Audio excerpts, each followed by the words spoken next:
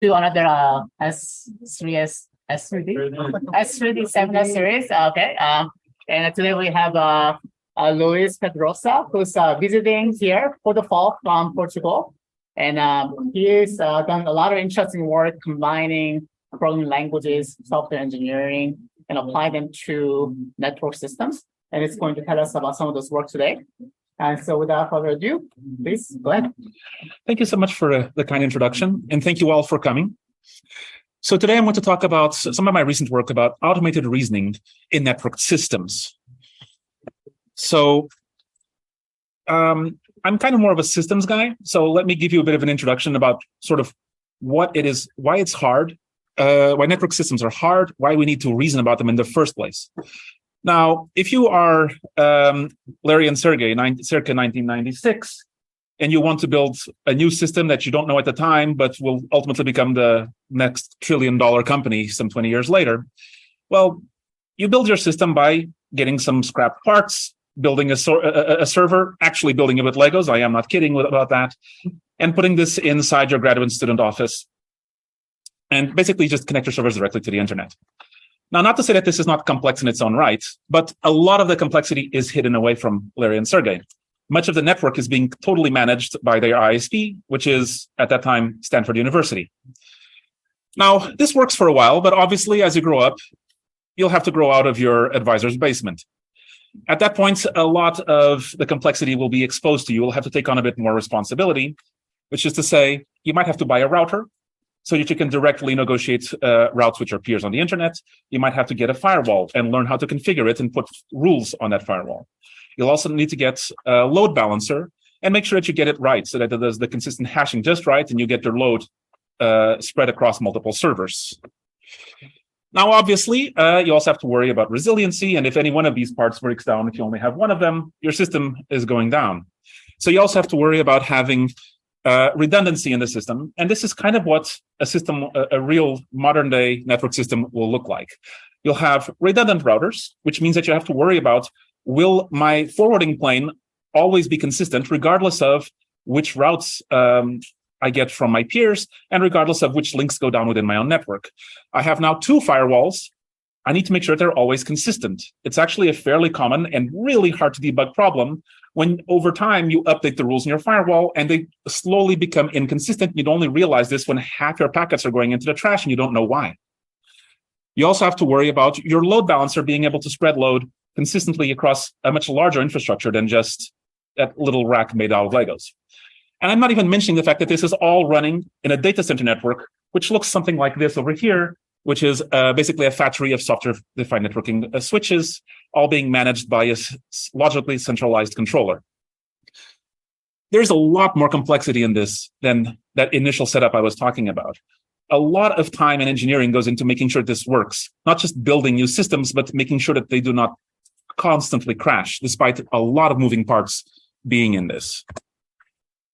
And so ultimately, the point I'm trying to make is we need tools to reason about these systems. We need to be able to handle this complexity and help find, fix, and prevent problems even before they happen.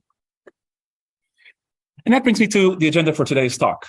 Today, I'm going to be talking about my vision on how we should be reasoning about network systems. And then I'll also talk about several different approaches I've been doing over the past few years that specifically attack different parts of this and so reason about different properties in large network systems. I will then do a deep dive into two specific systems that I've developed. First, the one that was actually a part of my, both of these are part of my PhD thesis from some years ago. But first one is PIC, which is addresses issues about protocol interoperability in client-server architectures. And then the way we later generalize that to reason about distributed systems more generally, which is SPA, which is short for systematic protocol analysis. I will then close with some final thoughts and ideas for future work. So before I get started, let me describe in a bit more detail what I mean by a network system in the sense of how we model it, how we understand it from an analysis point of view. The most basic block that we have is basically a machine. Inside that machine, we'll run a networked program, which we can basically split into two parts when needed. We can, in some cases, we can reason about this as a monolithic program. In other cases, we break it down into the state and the stateless application logic that handles packets and reasons with that state as well. Now, of course, this is a network system, so we have to have multiple such machines that talk to each other. This is very convenient from an analysis point of view, because we're analyzing this system are basically multiple systems that communicate over a very narrow channel, which is the network. They can exchange messages, but they do not otherwise share state or have some other hidden way of communicating. They only communicate over messages, and this is very easy to reason about because it's like a very limited channel. Now, when we're trying to actually reason about this, we build detailed models of what these systems look like, which we actually try to derive from the real system. Now, I'll get into some of the properties of these models, but basically what we're trying to do is to describe the functionality of the system, basically describing how it generates new messages and new states as a function of a previous message and the previous state. This model I'll be representing throughout my presentation as like this little green block with an F in it. Now, what properties we care about in these models? At the bare minimum, it needs to be queryable for the property we care about. If I'm building a model to find bugs, I need to be able to ask it the question, is there a bug? On top of that, there are other properties that are desirable, and based on those properties, we might be able to get different kinds of questions out of the system. Is the model sound? Does it always accurately represent what the real system would do in real life? Is the model complete? In that, does it represent all functionality of the system under all circumstances?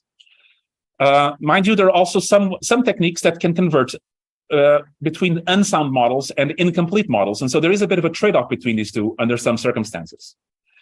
And then finally, do we have a model that is sequential in the sense that we analyze our real system, produce one model, and then be able to query it all at once, one shot? Or is this more of a streaming approach where over time it builds more and more detail about our real system? And instead of asking, is there a bug? We ask the question, have you found a bug yet? And you can wait longer if you want to find more bugs over time. So with this in mind, we've been basically building a sort of a pipeline that looks somewhat like this. We have our real system. We either reason about the source code or some pre-digested form like LLVM bit code or actual x86 code. Other cases, we look at configuration files or something like that. But we have some representation of our real system that we then analyze to produce that kind of model I've been talking about. Now, there's a lot we can do with this model. Of course, we can find bugs with it.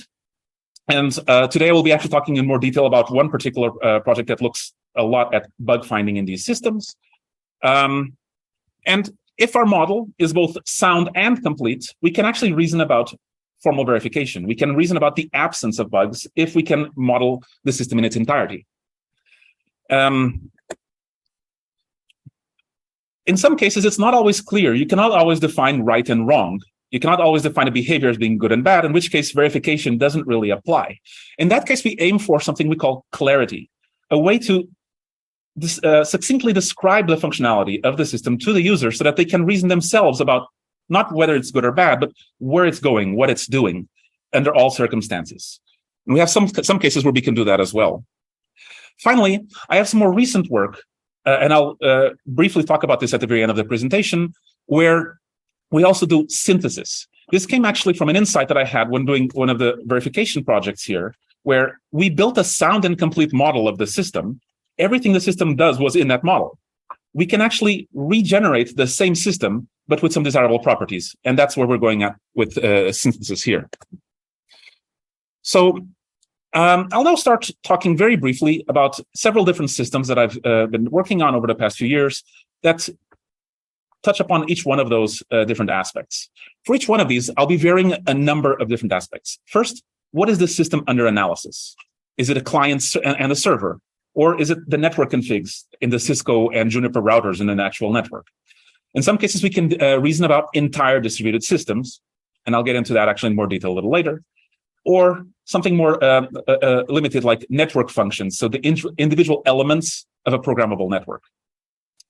We also have to answer the question, what do we want to reason about? We want to reason about safety properties, for example, consistency, equivalence, and interoperability, or something more general, like correctness with respect to a specification.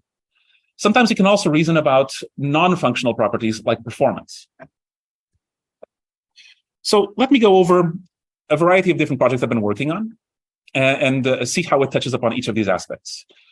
The first that I'm going to talk about is PIC, and I'll actually go into way more detail in the deep dive section of this presentation. PIC reasons about client and server in a client-server architecture, real protocol implementations. The idea here is we analyze the source systems, and we reason about the messages that they can handle. And so basically, we create a message space. This includes both all of the messages that the sender can generate and all the messages that the receiver can accept or reject as valid or invalid. And by reasoning within this space, we find interoperability issues, which are messages where the sender says something the receiver does not understand.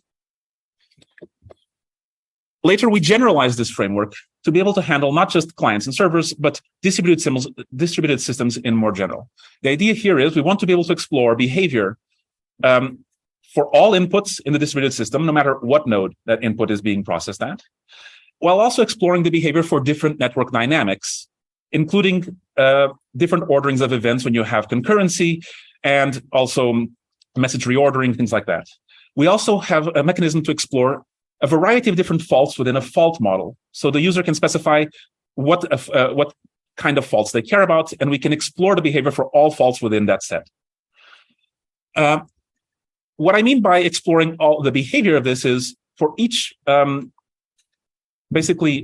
path within the distributed system, we expose what are the outputs of the system at each stage in the process, any kind of code coverage. So we can also say, well, we hit this line of code or we didn't, and that basically helps you cover most safety properties right there.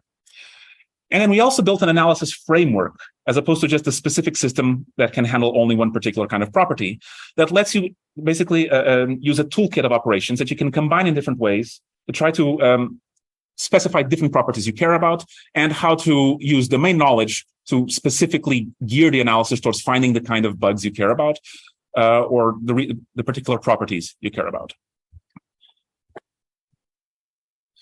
At the same time I was working on this, I was also working on reasoning about a different kind of system, network configurations.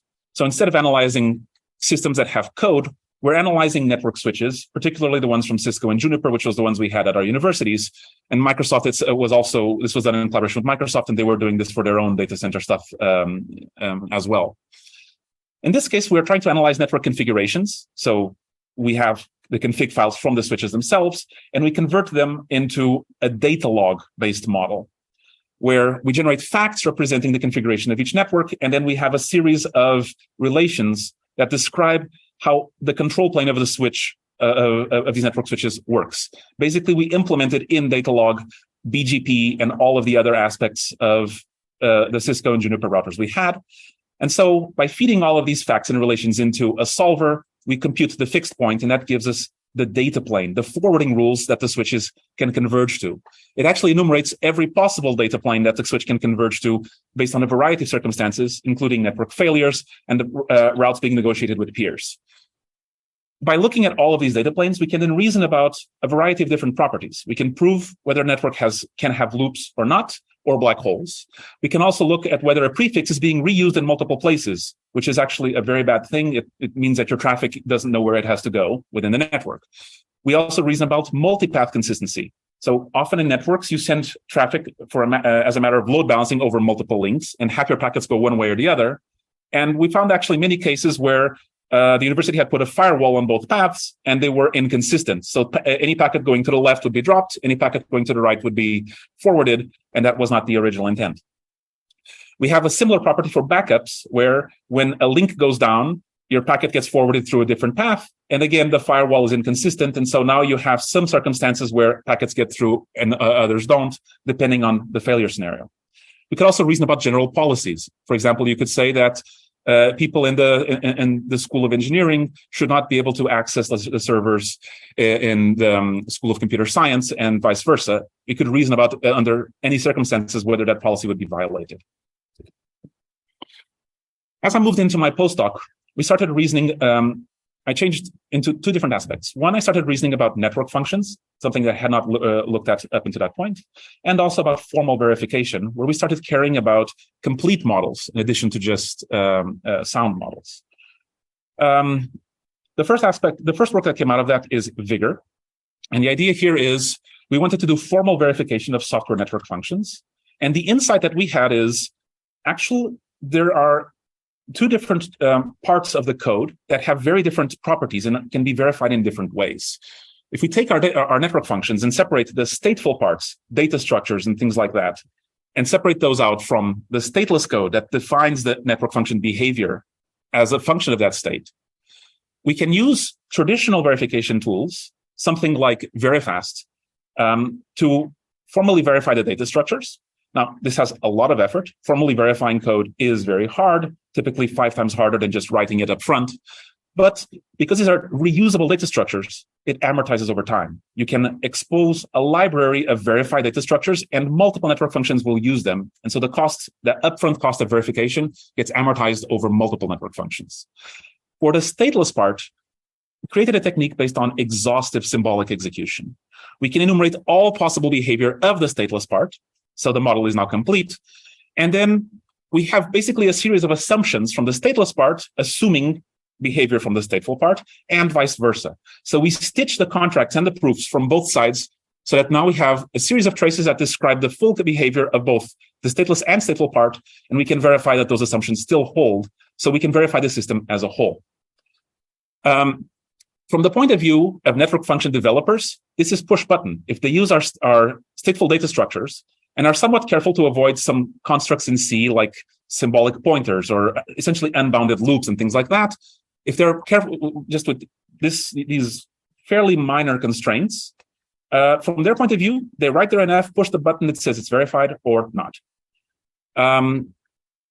We also worried about the effort of writing specifications themselves. In some cases, you have a full, complete, detailed specification of a NAT. We actually wrote a specification for a NAT based on the RFC. In other cases, that's a lot of upfront effort. And so you can write individual properties you care about and actually aggregate those, and over time, maybe build the complete specification as a conjunction of multiple such properties. And so we can deal in either an open world assumption where we reason about what we know and don't care about what we don't know, or have a closed world assumption where we fully specify what the behavior should be and let the verification engine deal with that. On another front, we also dealt with analysis in depth.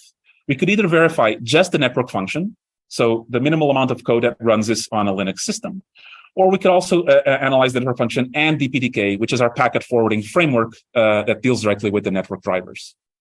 Or we actually went all the way down. We wrote a small unikernel-based operating system we call NFOS that was also amenable to symbolic execution. And so we could actually verify the entire stack down to the bootloader, down to the bare metal. At the same time this was happening, I also started reasoning about performance.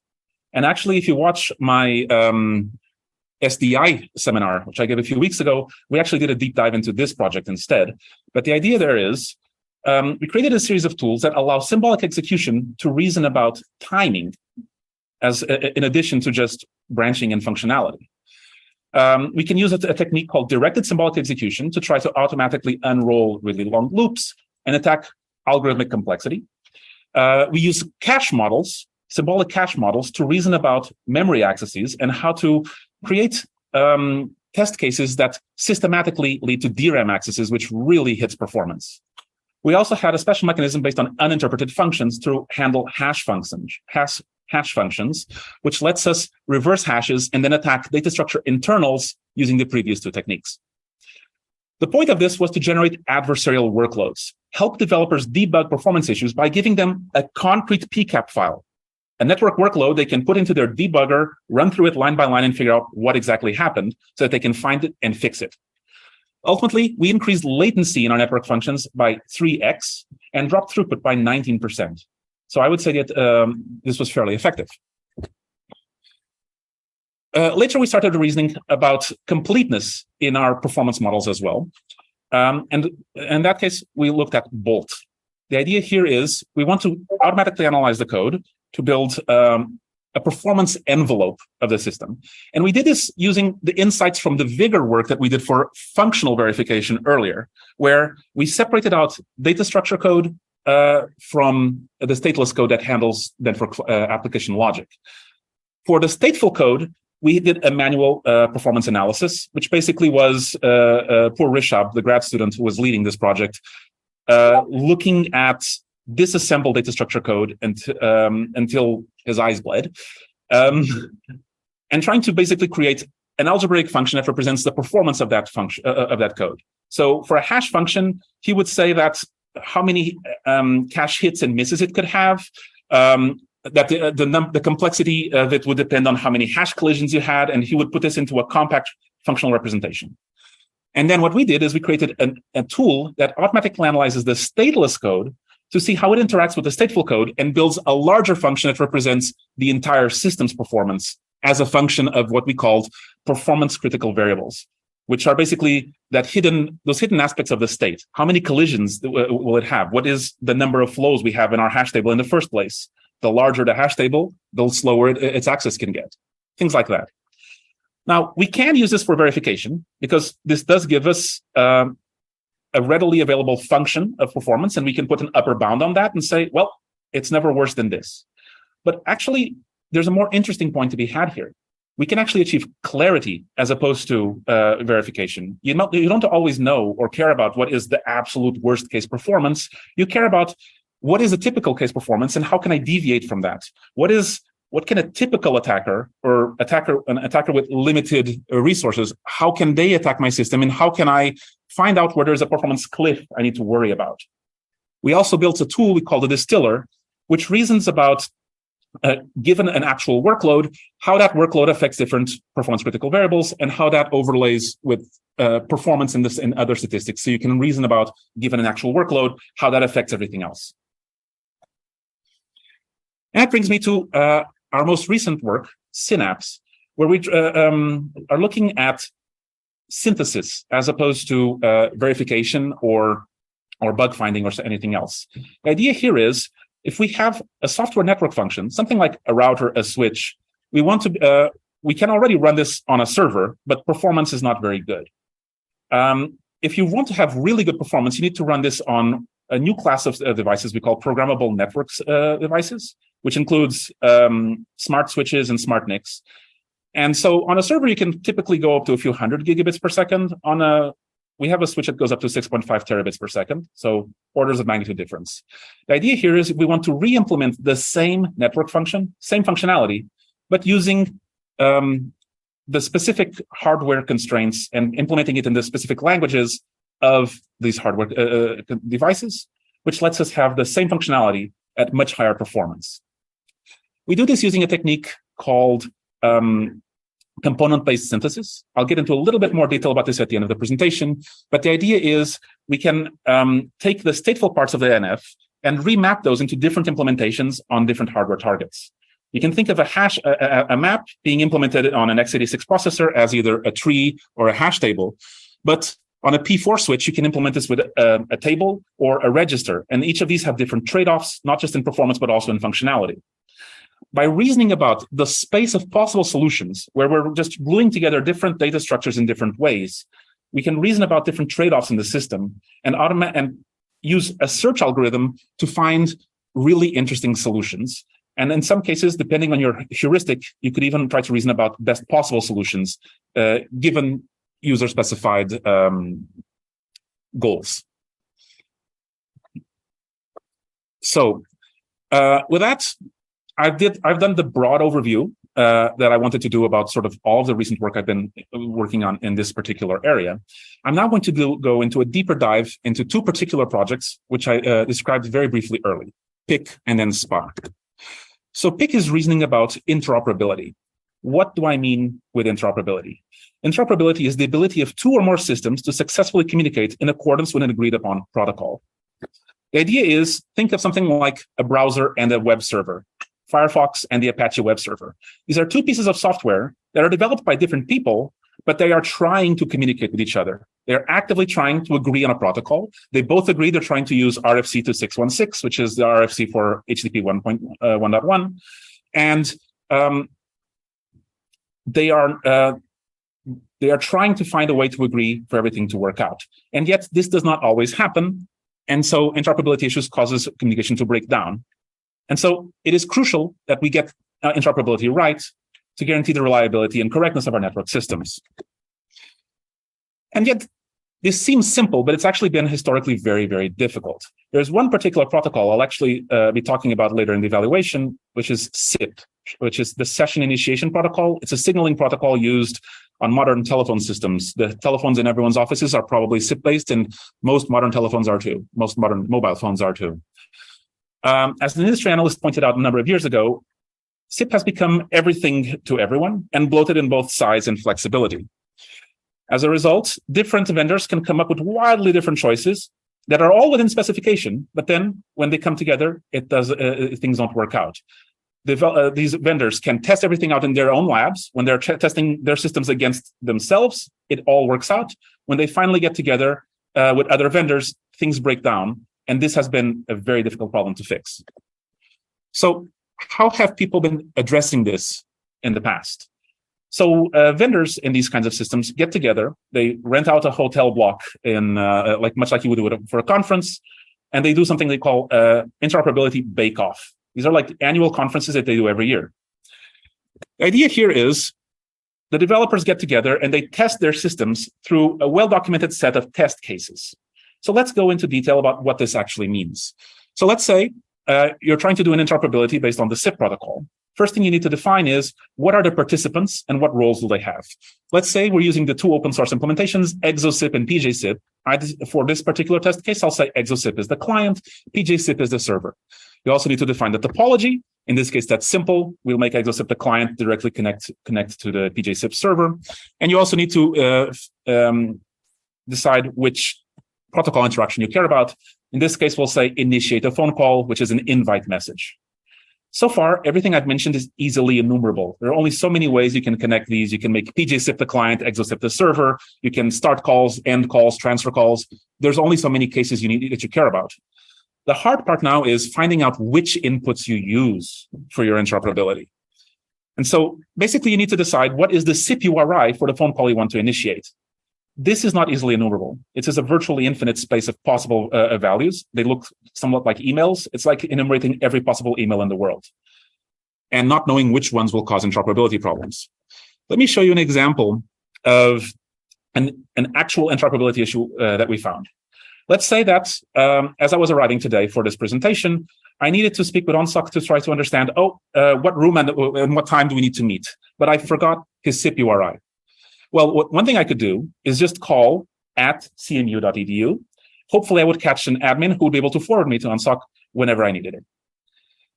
Funny thing, ExoSIP considers this a completely valid message, and PJSIP not only considers it a bad URI, it considers it a completely invalid message. So it doesn't even respond with an error message. I don't even get the little signal telling me try a different contact. It just keeps on retrying, and my phone remains in silence until a timeout occurs. And so this was one that is particularly interesting. And actually, when I looked at the many RFCs that describe this interaction, it is not clear which side is correct. Basically, it says that the left side before the @ symbol is a string representing the user. Strings can be empty. Is an empty string a string? That's kind of up for debate. Ultimately, the point I'm making here is I wouldn't have thought about this URI on my own. Manual testing is not enough. It's a very human-intensive process with people trying to come up with interesting inputs. And at the end of the day, it's not comprehensive and might not find real issues. Ultimately, we should delegate this effort to tools. We should automate the search for inputs that will lead to non-interoperabilities. So let me redefine interoperability in a more precise way for the sake of analysis. What I care about is scenarios where we have a sender and a receiver. The sender accepts some input from the user, typically through an API, and the sender validates that API input. So at this point, the sender is sending a message under the assumption that the message is valid. The problem now is that the receiver receives the message and does not know what to do with it, so it considers the message invalid. That's one interoperability issue. We can also look at deeper messages where the first message is considered valid by the receiver, and then the receiver also takes input from a higher level application or some other aspect like that and generates a response, and that response in turn is considered invalid by the sender. These are the kind of issues we'll be looking for. With this in mind, we created a tool we call PIC. The idea here is we want to automatically find non-interoperabilities using program analysis to map out that message space of all messages that the sender can send and the receiver may or may not accept. We actually created a tool that does this, and we managed to scale it up to real-world implementations. We do this by leveraging common constructs, so domain knowledge of how protocols work in the code and how we can optimize the process to find interoperabilities given those circumstances. We created a series of techniques that guide and prune the search space so that we can focus on what matters, interoperability issues, and not spend too much time on valid messages or other aspects like that. We also created a new technique called joint symbolic execution that lets us analyze the receiver in the context of the sender, so we don't analyze any parts of the receiver that are never exercised for that particular sender, and that is a huge difference in terms of scalability. And at the end of the day, we found actual interoperability issues. We evaluated multiple implementations of the SPDY and SIP protocols. You already know what SIP is. SPDY is the precursor of HTTP 2.0. And so it was, we used code that was in like browsers and things like that. We actually found about 20 different issues, which we reported, and many of which were ultimately fixed and addressed by the developers. The pipeline work looks something like this. We start by doing a symbolic analysis on the sender, which generates a series of paths. These paths symbolically represent the messages the sender can send. We then feed those paths into a symbolic analysis of the receiver, which, using joint symbolic execution, which I'll get into in a moment, reasons about which of those messages are invalid, and outputs a series of what we call combined paths, which reasons about which scenarios are interoperability issues, where the sender generates a message the receiver does not understand. We feed that into a solver, and it gives us concrete test cases, the inputs you need to give to the sender or the receiver to exercise your interoperability issue. And you can use this test case with GDB or any other tool to understand what's going on. Today, I'll be focusing primarily on this top half of this diagram, which is the program analysis portion of this that maps out that message space and reasons about it. But then we also have a series of other steps where we validate those cases to see if in a real world test bed they still occur, and then to also cluster those to help developers understand about related bugs and prioritize their time. This is a form of post-processing, and I won't get into too many details about this, although I'm happy to answer questions about it later on. Let me walk you through all of this with running example. We have here the code for a very simple system I call NetCalc. It's basically a remote calculator where that is way too small. Where the client takes as input two arguments and an operand, so A and B, and then an operation saying addition, subtraction, something like that.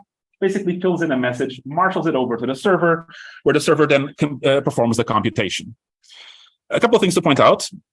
First, you notice we declare what the inputs are on the client. This tells the system which inputs it needs to synthesize, what needs to solve for when generating a test case. Then we also have an annotation on the server indicating when a message is considered valid. Our system does handle both assertions of validity and invalidity, although in practice for most protocols, the code tends to have a pattern of detect different kinds of invalidity and say, if this happens, throw it out. If that happens, throw it out. And if I've passed all these tests, it's valid. And so we almost always use the pick valid assertion. Can anyone tell me if they see a bug already in this system? Go ahead.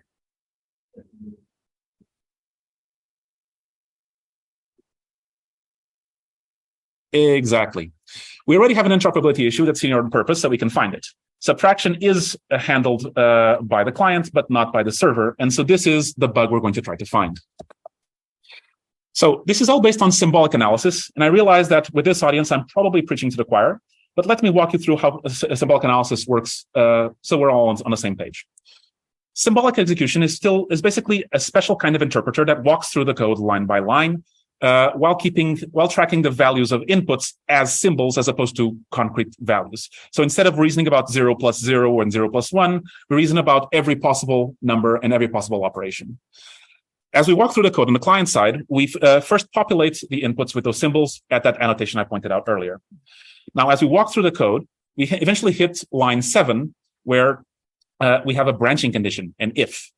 Now, whether this if is true or not depends on the value of that symbol, and we don't know the value of the symbol. It's an unknown, and so it can go both ways. So what we do is we split execution into two different paths, and we keep track for each one of them a path condition, a series of constraints that need to hold so that we go down that particular path. In this case, we have two of them, and the execution engine would follow through all of them until eventually enumerating all the paths. For now, let me just focus on one, which is the one for addition. As we walk through the code now, eventually we hit the point where we send the message, and at that point we capture the symbolic value of the message. This is telling us that when the operation is a plus, the message that is being sent out is a 0 followed by the 2 arguments. Now, if we analyze the client completely, we generate 3 different paths from that original code. One for addition, one for subtraction, and one for an error case. We can throw away the error case because it does not generate a message. This is a case where the sender is ruling out a potentially invalid message. An equivalent analysis of the receiver would generate 2 paths, one to handle addition and one path to handle invalid messages. Now, if we were to try to combine these 2 independently, it would have a combinatorial explosion of every possible combination of paths from the sender and receiver. This does not scale. Ultimately, doing an independent analysis of sender and receiver is not tractable, and we need to do something that is a bit more precise. So for that, we created joint symbolic execution. Let's see how that works.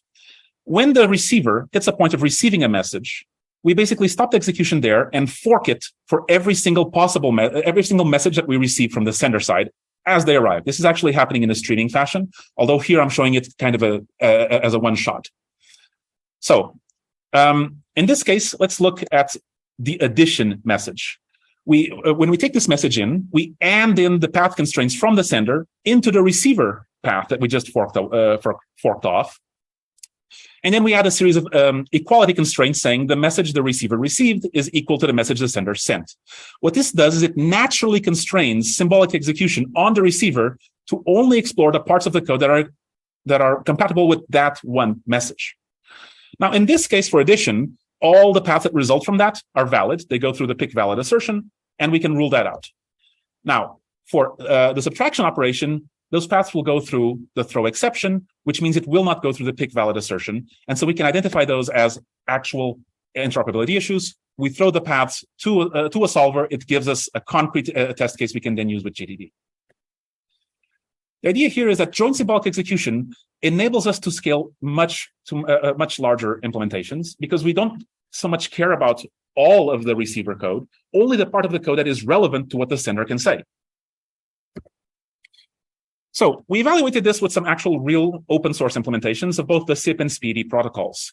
We also evaluated different versions of the same protocols as we reported the bugs and they were fixed, and we could show whether they were actually fixed or new bugs were added. In some cases, they were. Notice that we're not talking about small libraries. This code is varying from a few tens of thousands of lines of code to hundreds of thousands.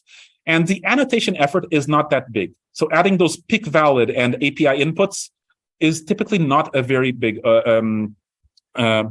And more importantly, does not depend on the size of the code itself. So basically, we could analyze reasonably large code bases, hundreds of lines of code. And the developer input was not too burdensome. We actually found 22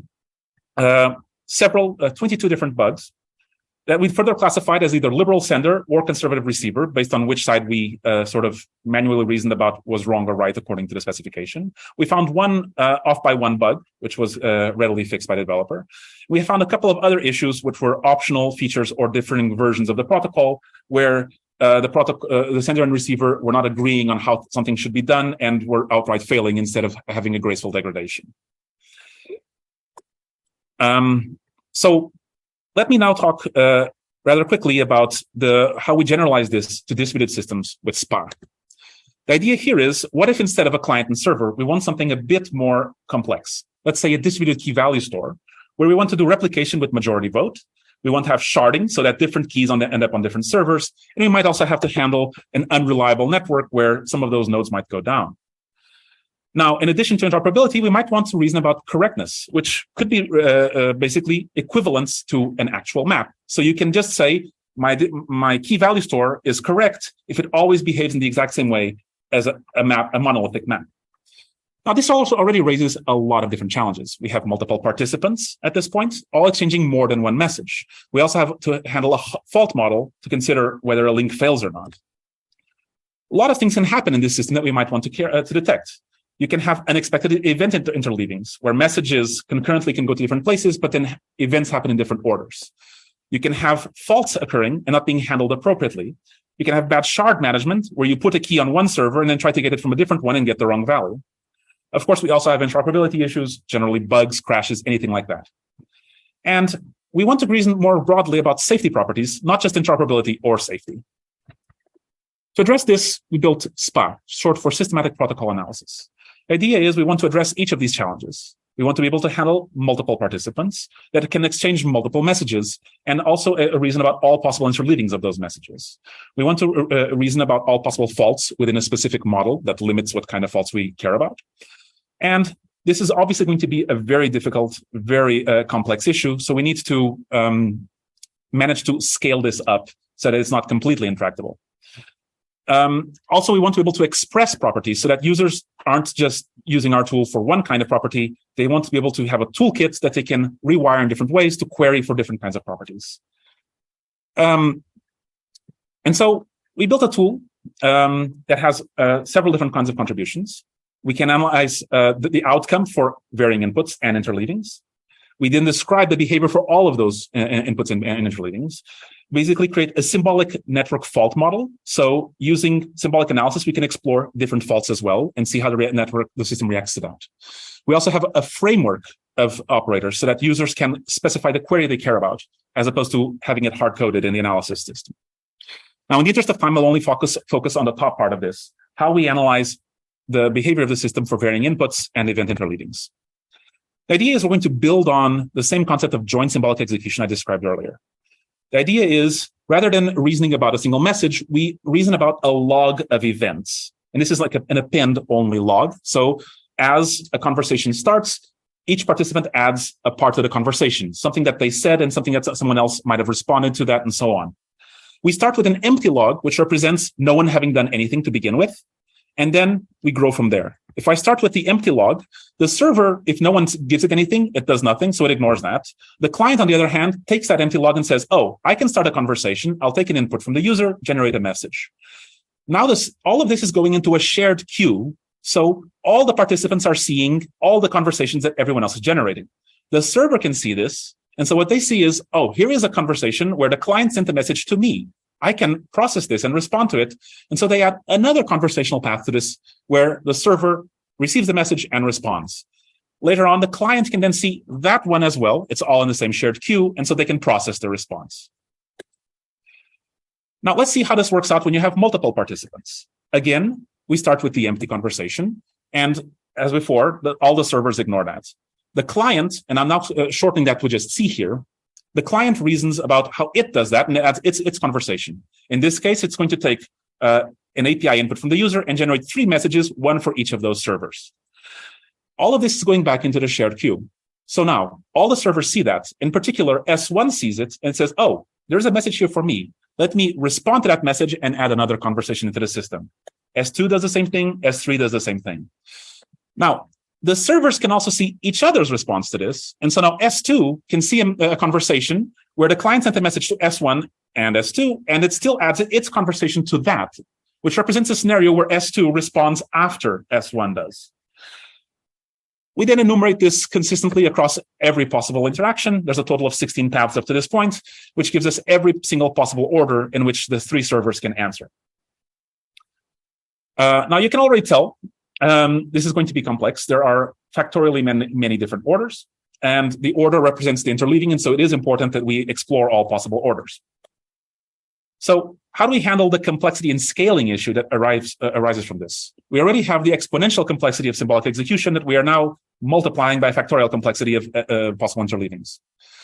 A couple of things we can do here. First, we can use tried and true techniques for intra-participant acceleration. We can use joint symbolic execution like I described earlier. Doing an independent analysis of all participants here is possible, but completely intractable.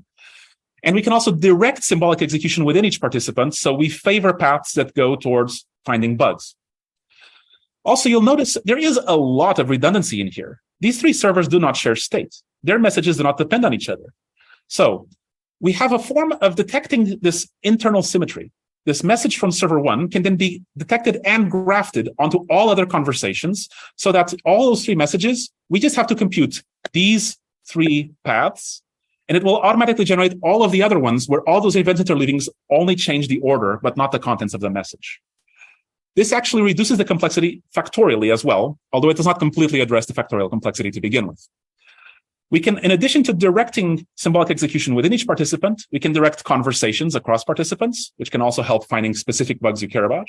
And of course, we can do scale-out parallelization. As you'll notice, every participant can be running completely parallel here. And at one point, I was actually running this on 512 cores during my PhD. So to evaluate this, as you can probably tell from my running example, we've looked at key value stores. We looked at Redis, which is one of the most popular key value stores out there in the open source circles. We didn't look at all of it. It's a very complex distributed system, but we looked at primary backup replication and its simple form of transactions that it supports. In particular, we looked at these cases that I'm outlining here. In some cases, we actually did a form of bounded verification where we exhaustively did symbolic execution within a bounded size of inputs. In other cases, we were specifically trying to find the bug, and so we did not run it to completion. In some cases, we turned on our fault model and modeled network loss. Other cases, that was not necessary. And we tried to find a variety of different bugs, either through mutation testing, where we automatically generate bugs and then prove that we find them, or in some cases, it was a known bug that was in the issue tracker or a manual bug that I added myself. In the interest of time, I'll only talk about these 2. Actually, I might just talk about the first one and skip the second one. So this is a very simple test case. We have a client and a server where I set the key, the server acknowledges it, I get the key, and I expect to get the same value back. The idea here is we did mutation testing. So we automatically, using an automated tool, generated multiple versions of the code that inserted small 1-2 line bugs. And then we tried to see how many of those we could catch. Ultimately, for the non-bugged version, we explored this to completion, and it found 67 conversational states. Took about 5 minutes, and that means that we formally verified the system within the bounds of the inputs we cared about. Whenever we looked at the mutated version of the code, we killed all non-equivalent mutants. And so that means we caught all bugs whenever they happened.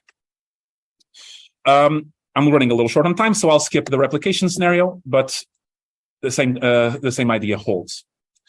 So to wrap up quickly on PIC and SPA, we created a tool, SPA, which explores the behavior of distributed systems for all possible inputs that can happen on any of the nodes, and also considering all network dynamics and all faults within a particular model.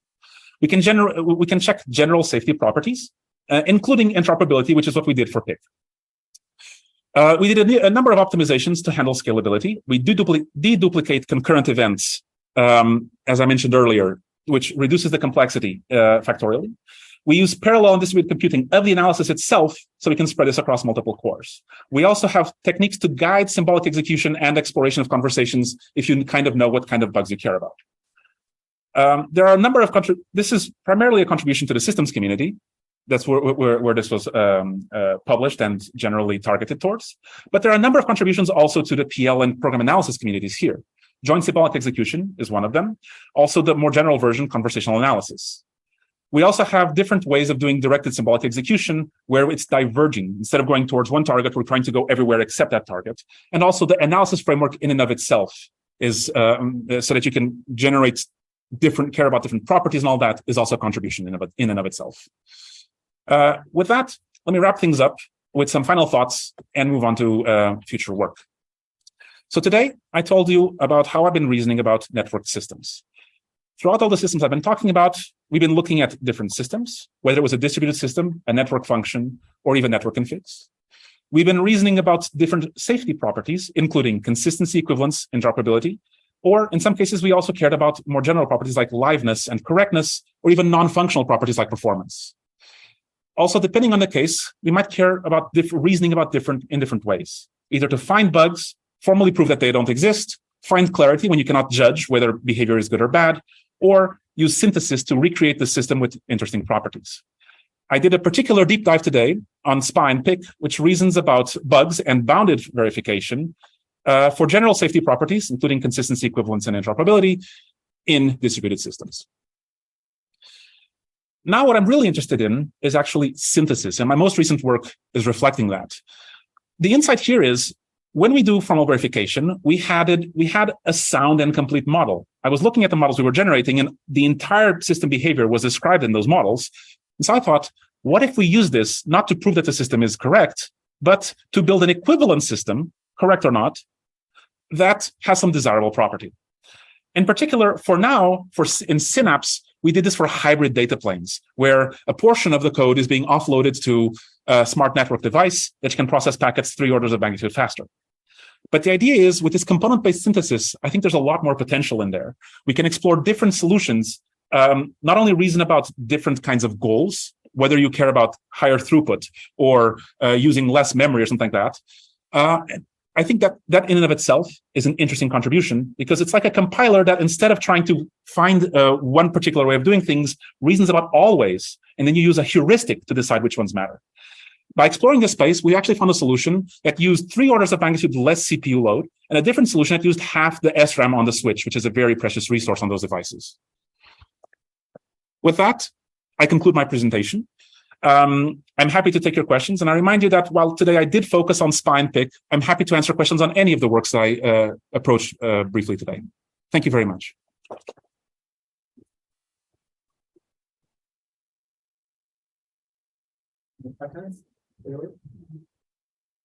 Go ahead. Okay, thank you so much. I have just 1 or 2 questions, and I'm not sure. It was on slide 18, and I think it relates to what you just talked about Synapse.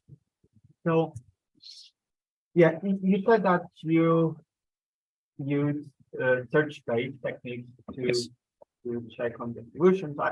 I was curious about what type of search-based techniques are you using, and how do you synthesize individuals? How diverse is the population of the individuals that you synthesize, and how do you feed that into the search-based approach? So this is building on the idea from Vigor of having the stateful and stateless parts separated out in your network function. And the idea is, this actually came from an insight from when we implement hybrid network functions, where we were, as developers ourselves, looking at this and saying, well, our NAT has a lookup table. We could either implement this on the switch, or we could put it on the controller. And like, as developers, we were reasoning about where do we put the data structures, not about how do we write this particular line of code. So what we're synthesizing here is, what we're exploring is the choice of how to implement each data structure, each component of the code. For example, a map can be a hash table or a tree on the CPU, or it can be a P4 table or a register, or actually a number of other data structures that are well published and well understood now, like cuckoo hashes and other things like that. And what we're really synthesizing is the glue code that says a NAT takes the packet, parses it in this way, takes this part of the packet, does a lookup either in a table or a register or something. And so we reason about how to connect different components. How do you handle the question of that coverage in joint comparison when the receiver is either non-deterministic or has multiple answers for the same number? For example, in the addition example, right?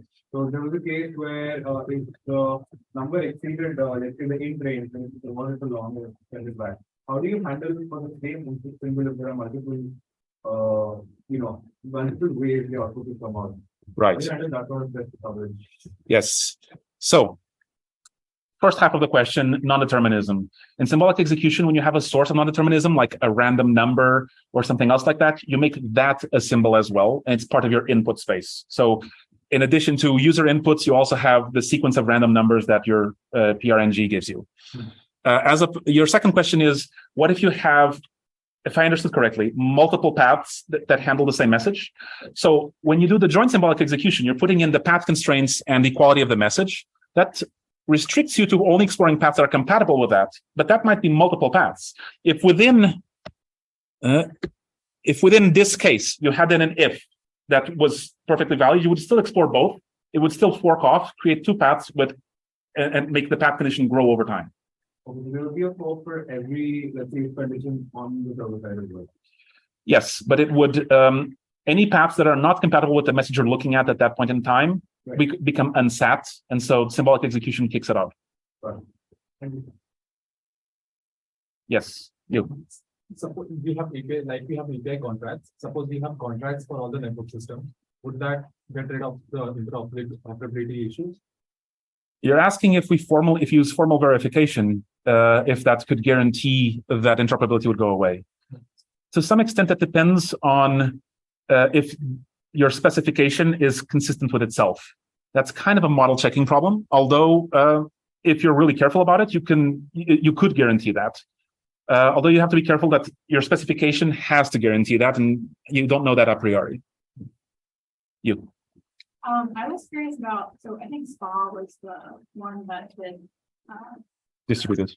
yeah, distribute this one. So what limitation does it have for doing system configuration bundle testing? Because you did the replication and so like if there was a hotspot or there was incorrect sharding, then like, at what point is it limited to putting it to this? So, couple of things. So it would be really difficult to analyze for all possible configurations. I'm not sure if that's what you're going at with your question, but if you wanted to make the configuration of the system itself an input, it could hypothetically do that, but then that would be huge. Scaling is definitely an issue here, one way or the other. The other half of your question is kind of how would it handle like specific cases like sharding mismanagement, all that. If you can boil it down to a safety property, that's the kind of thing we can reason about. So for sharding, you could say, is there any circumstances for any input, which like lets you like consider all possible sharding combinations, where I put the key on one server and get it from the other server, in which case what I get back is different. So if you can boil this down to a safety property, that's what we can reason about. Safety means basically reachability in a part of the code. If you can like write an if and say, if this if is true, I have a bug. I think we have remote questions as well. Anyone else here? And you. Yeah, I thought the idea of joint symbolic execution is really interesting, and it feels to me similar to like context-sensitive analysis in like diagnosis or identification. Okay. Do you see those as similar? Like, if you consider instead of having a client and server as separate programs, if you consider like the responder as a subroutine that the caller calls with its output, like, are those similar ideas, or does the whole thing make it so that you're distinct? So there are some similarities there because you're essentially trying to take your distributed system and reconstitute it as a monolithic system that you can analyze.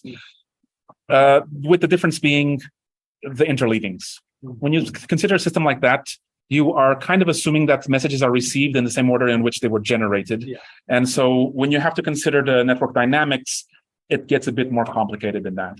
Okay. Also, real systems, it's not always easy to say, I call the send function, which then calls the receive function on the other side.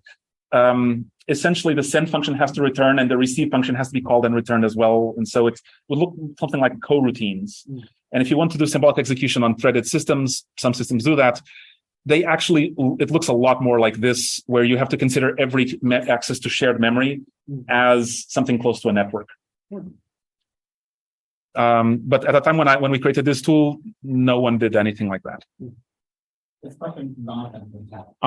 Thank you. Let me see if I can. I don't seem to have Zoom here. Oh, it's up. Oh, I see. It's. Where is this?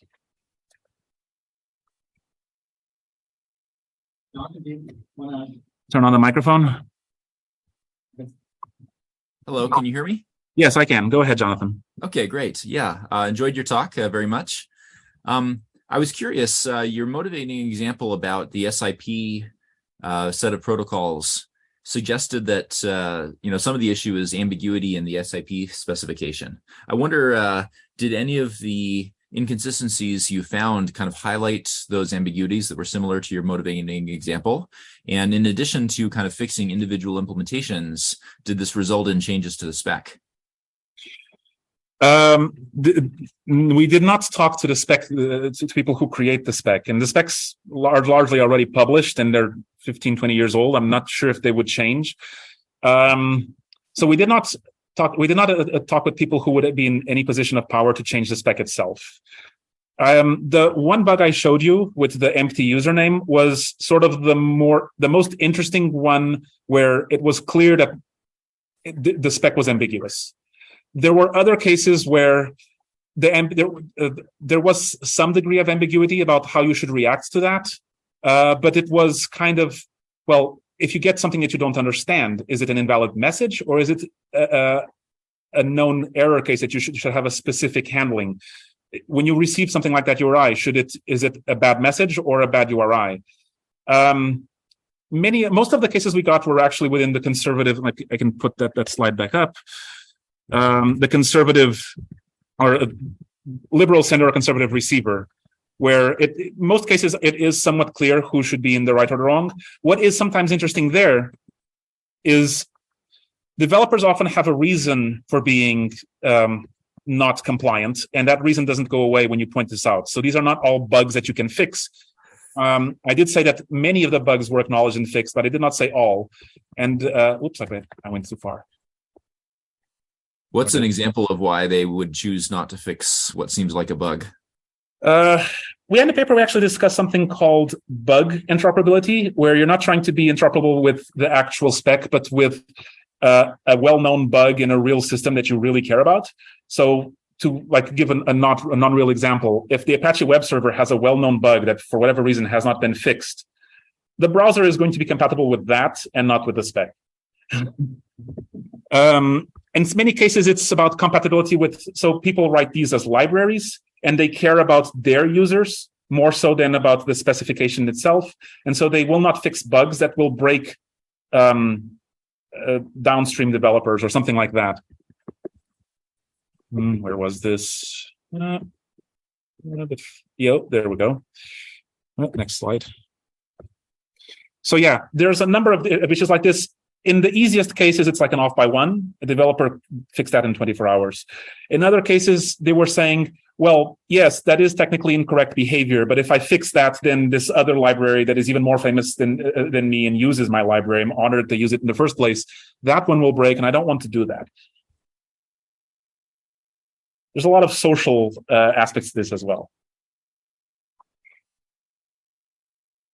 Maybe that's where that's comes from in S3D. One of that.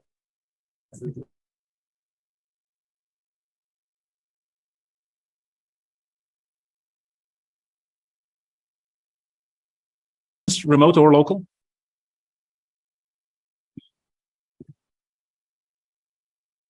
Okay, well, that's Oh. okay.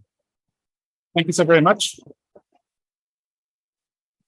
Do you have that again for until December? Is that right? Yes, mid-December. I'm roughly with the semester, but I'm here till December 15th. So feel free to drop by his office in days. Yeah. Right.